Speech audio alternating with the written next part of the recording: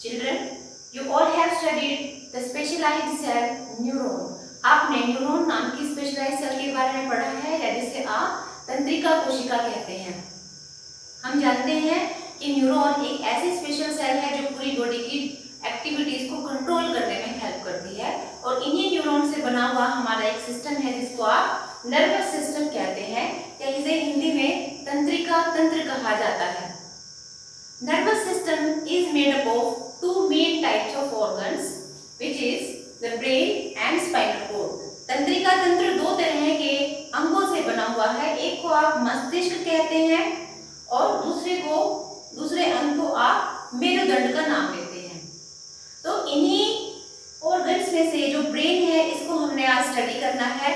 इसका डायग्राम या इसका चित्र आपको बनाना आना चाहिए और उसके ब्रीफली हम कुछ पार्ट्स के बारे में इस वीडियो में बात करने वाले हैं।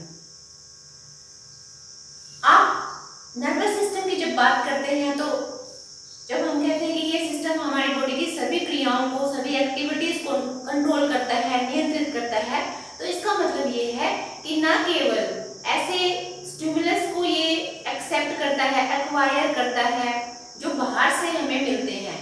जैसे अगर हमें सुनाई देना है तो वो उसके लिए बाहर से जो साउंड वेव्स हमारे सेंसरी ऑर्गन ईयर के अंदर आती हैं तभी हमें सुनाई देना शुरू होगा। इसी तरीके से हमें तभी दिखाई देगा जब बाहर से एक्सटर्नल स्टिमुलस लाइट की फॉर्म में आता है। तो बहुत सारे चेंजेस हमारे आसपास बाहर हो रहे हैं, लेकिन ऐसा नहीं है कि हमारे जो सेंस ऑर्गन्स हैं या हमारे ये जो स्पेशलाइज्ड ऑर्गन ब्रेन और स्पाइनल कॉर्ड है सिर्फ हमें बाहरी पर्यावरण से ही कोई भी स्टिमुलस एक्वायर करने में हमारी हेल्प करते हैं। इसके अलावा हमारी बॉडी में बहुत सारे ऑर्गन्स हैं, जैसे हमारा एक एक्सक्रीटरी सिस्टम है, उत्सर्जन तंत्र जिसमें किडनी होती हैं जो हमारे ब्लड को फिल्टर करती हैं। हमारी बॉडी में लंग्स होते हैं जिसको आप सांस लेने के लिए इस्तेमाल करते हो। अलग अलग तरह के कार्य करने वाले अंग जो हमारी बॉडी के अंदर हैं उन पर भी इन्हीं सिस्टम का कंट्रोल रहता है। So let's study about the nervous system and it's organs. Nervous system can be classified as central nervous system and peripheral nervous system. Central nervous system को आप short form में CNS कहते हैं और peripheral nervous system को आप PNS कहते हैं। Central nervous system में दो main organs की हम बात करते हैं, अंगों की हम बात करते हैं। एक को आप brain कहते हैं जिसे आप हिंदी में मस्तिष्क कहेंगे और spinal cord या मेरुदंड। जबकि पेरिफेरल नर्वस सिस्टम में इन्हीं दोनों ऑर्गन से निकलने वाली इनकी ब्रांचेस जिसको आप नर्व्स कहते हैं वो पूरी बॉडी में फैली हुई है।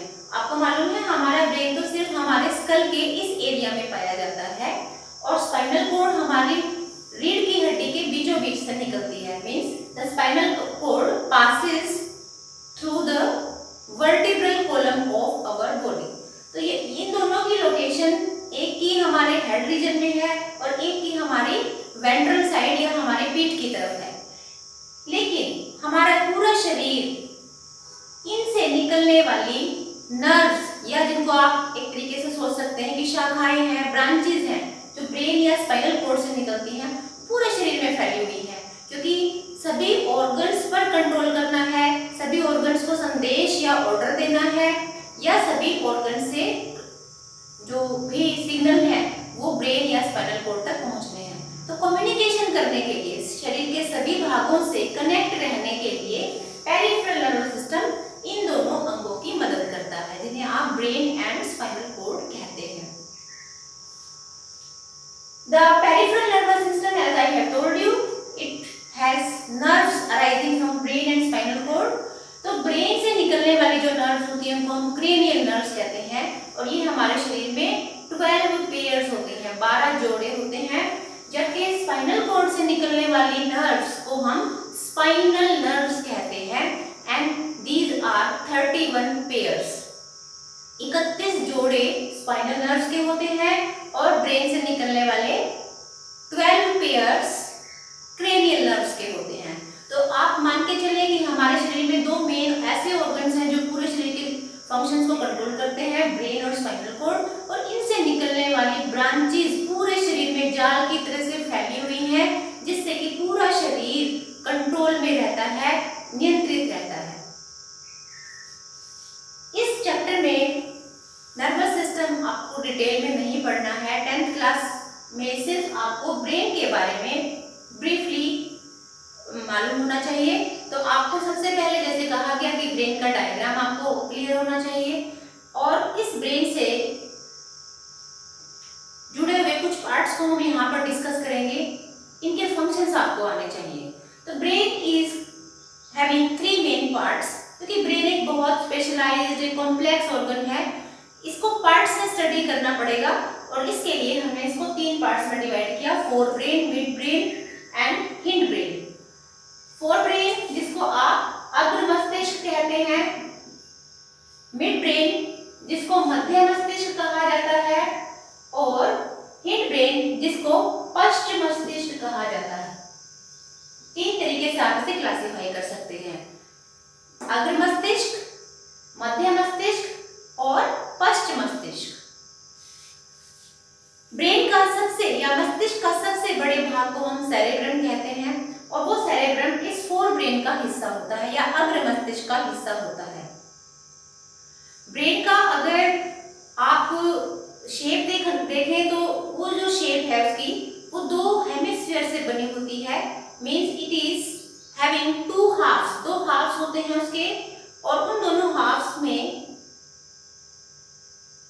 एक जो शेप उनकी होगी वो पूरी तरह से स्फेरिकल नहीं होती बल्कि वो हेमिस्फीयर फॉर्म में होती है। आप लोगों ने अखरोट को देखा होगा, अखरोट में जो उसकी जो गिरी निकलती है, उसका जो अंदर से फूड निकलता है वो 2 हाफ्स में होता है और वही बिल्कुल आप मान के चलिए कि ऐसा ही कुछ हमारा ब्रेन है जो हमारे स्कल में फिट होता है। तो उन हेमिस्फीयर को हम, एक हेमिस्फीयर को हम लेफ्ट हेमिस्फीयर कहते हैं और एक या लेफ्ट पार्ट कहते हैं, दूसरे हेमिस्फीयर को या दूसरे पार्ट को हम राइट पार्ट कहते हैं।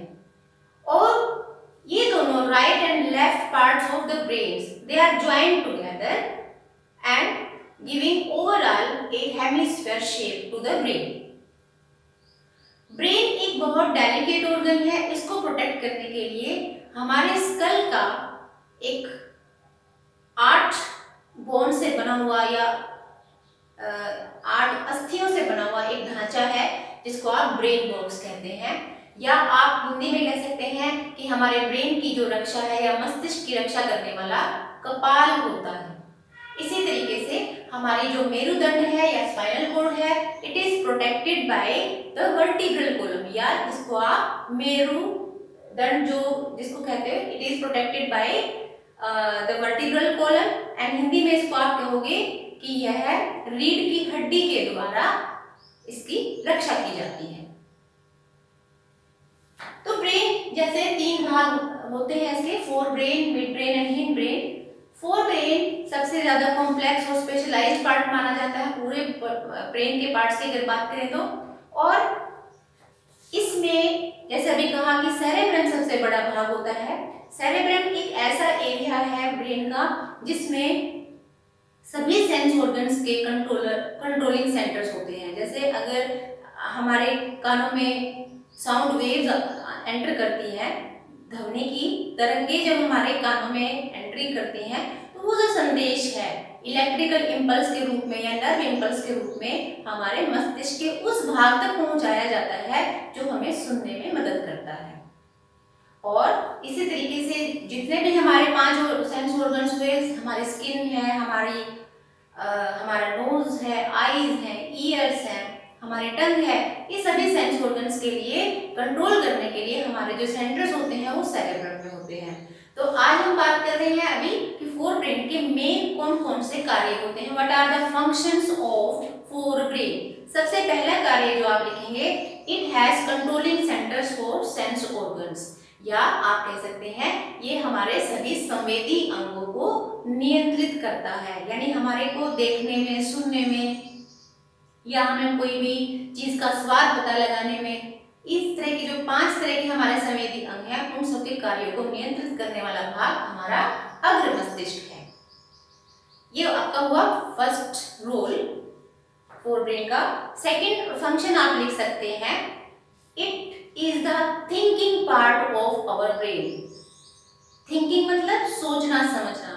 हम कोई भी कार्य करते हैं उससे पहले, डिसीजन लेने से पहले हम उसके ऊपर सोचते समझते हैं, विचार करते हैं क्या करना चाहिए और क्या नहीं करना चाहिए। तो ये जो थिंकिंग पावर है, this is because of the forebrain part of our brain. अग्र मस्तिष्क हमें सोचने समझने में मदद करता है। तीसरा पॉइंट आप देख सकते हैं, it has memory power. Forebrain और the cerebrum portion has the memory power. Memory का मतलब याद रखने की क्षमता जो हमारी है, याददाश्त जो हमारे पास होती है, ये पावर, मेमोरी पावर इसलिए है क्योंकि उस सारी इंफॉर्मेशन को जो हम आसपास देखते हैं और अपने मस्तिष्क में स्टोर कर लेते हैं, ब्रेन में स्टोर कर लेते हैं, वो सारा इंफॉर्मेशन हमारे फोर ब्रेन का स्टोर करने का कार्य हमारे फोर ब्रेन का है। ठीक है, तो ये थर्ड पॉइंट हो जाता है आपका।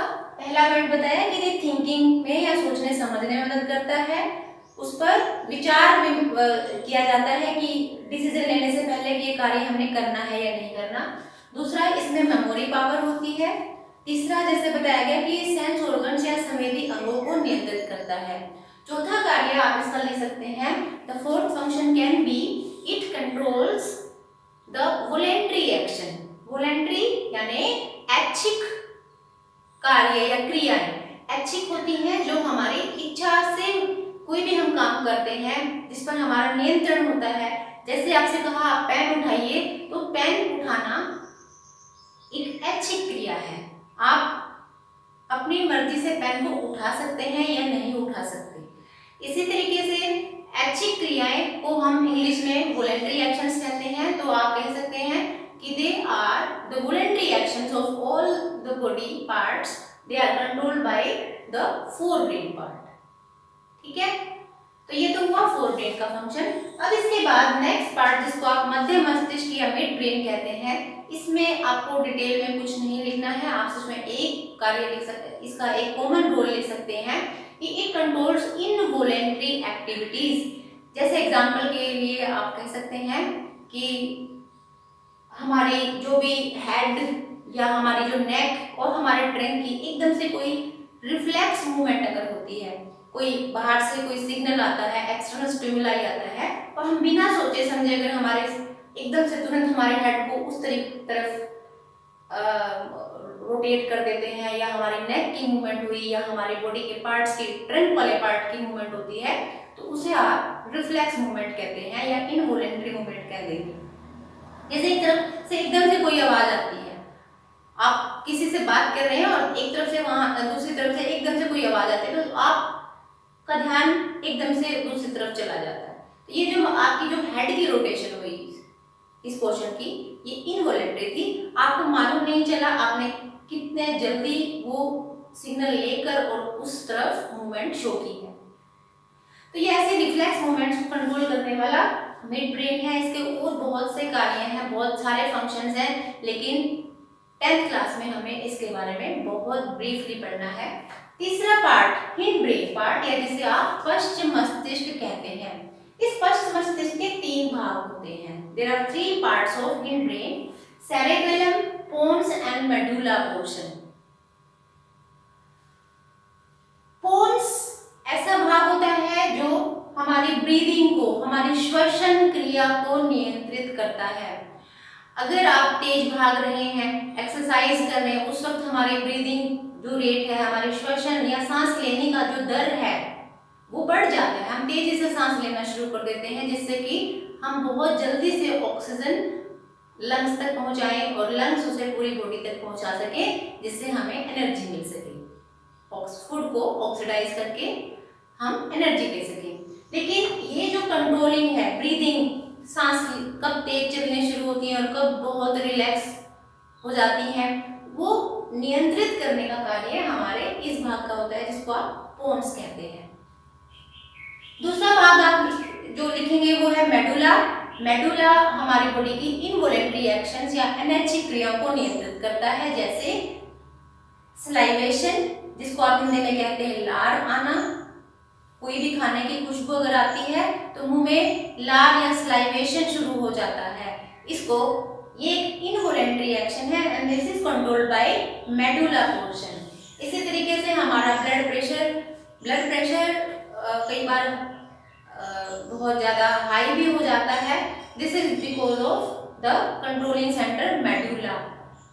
एंड वोमिटिंग बहुत बार जब हमारे जो गैस्ट्रिक कैविटी है, हमारा जो स्टमक है या हमारा अग्नाशय है, उसमें ज़्यादा भोजन उसमें अगर है, मतलब अपच की स्थिति आई हुई है, फूड डाइजेस्ट नहीं हो रहा, तो हमारी बॉडी उस एक्स्ट्रा फूड को निकालने का एक तरीका निकालती है जिसको आप वोमिटिंग कहते हैं. And this vomiting is controlled by the medulla reason. तो आप इनको रिवाइज कीजिए. पोन्स जो है इसको कहते हैं A regulation of breathing, medulla salivation, blood pressure and vomiting. And third part cerebellum. Cerebellum एक ऐसा पोर्शन है जो हमारे पोस्चर को कंट्रोल करता है, हमारे शरीर की संस्थिति को नियंत्रित करता है. इसका एग्जाम्पल आप दे सकते हैं, जैसे हमें साइकिल कभी पहले शुरू से चलानी नहीं आती थी, या जब हम बहुत छोटे थे तो हमें चलना फिरना भी नहीं आता था, हमें बैलेंस करना सिखाया गया. साइकिल चलाते हुए हमने बैलेंस करना सीखा. इसी तरीके से जब हम चलते थे तो उस वक्त भी हमें अपने मदर और फादर की हेल्प से कंट्रोल करने की जो हमारी एबिलिटी थी वो धीरे धीरे डेवलप हुई. आपको शुरू से ही तैरना नहीं आता है, स्विमिंग नहीं करनी आती, हम सीखते हैं कुछ चीज़ों को. हमें पेंसिल पकड़नी नहीं आती है, हमारे टीचर ने हमारा हाथ उस पेंसिल को ठीक से कैसे पकड़ा जाए, कैसे कोई लाइन लगाई जाए, ये सब चीज़ें हमें सिखाई गई हैं. तो हमारे शरीर की सही पोजीशन क्या है, किसी चीज़ को होल्ड करने का क्या एंगल होना चाहिए जिससे कि हम उससे सही से लिख सकें, तो ये सब चीज़ें पोस्चर या संस्थिति हमारी सेरेबेलम कंट्रोल करता है. So these were the three different parts of our brain. Let's revise again. देखिए, नर्वस सिस्टम या तंत्रिका तंत्र को हम दो भागों में बांट सकते हैं, central nervous system and peripheral nervous system. Central nervous system has two main types of organs, brain and spinal cord. Brain and spinal cord, they have branches which spread throughout the body. These branches are known as cranial nerves and spinal nerves, and they together are placed in a system, peripheral nervous system.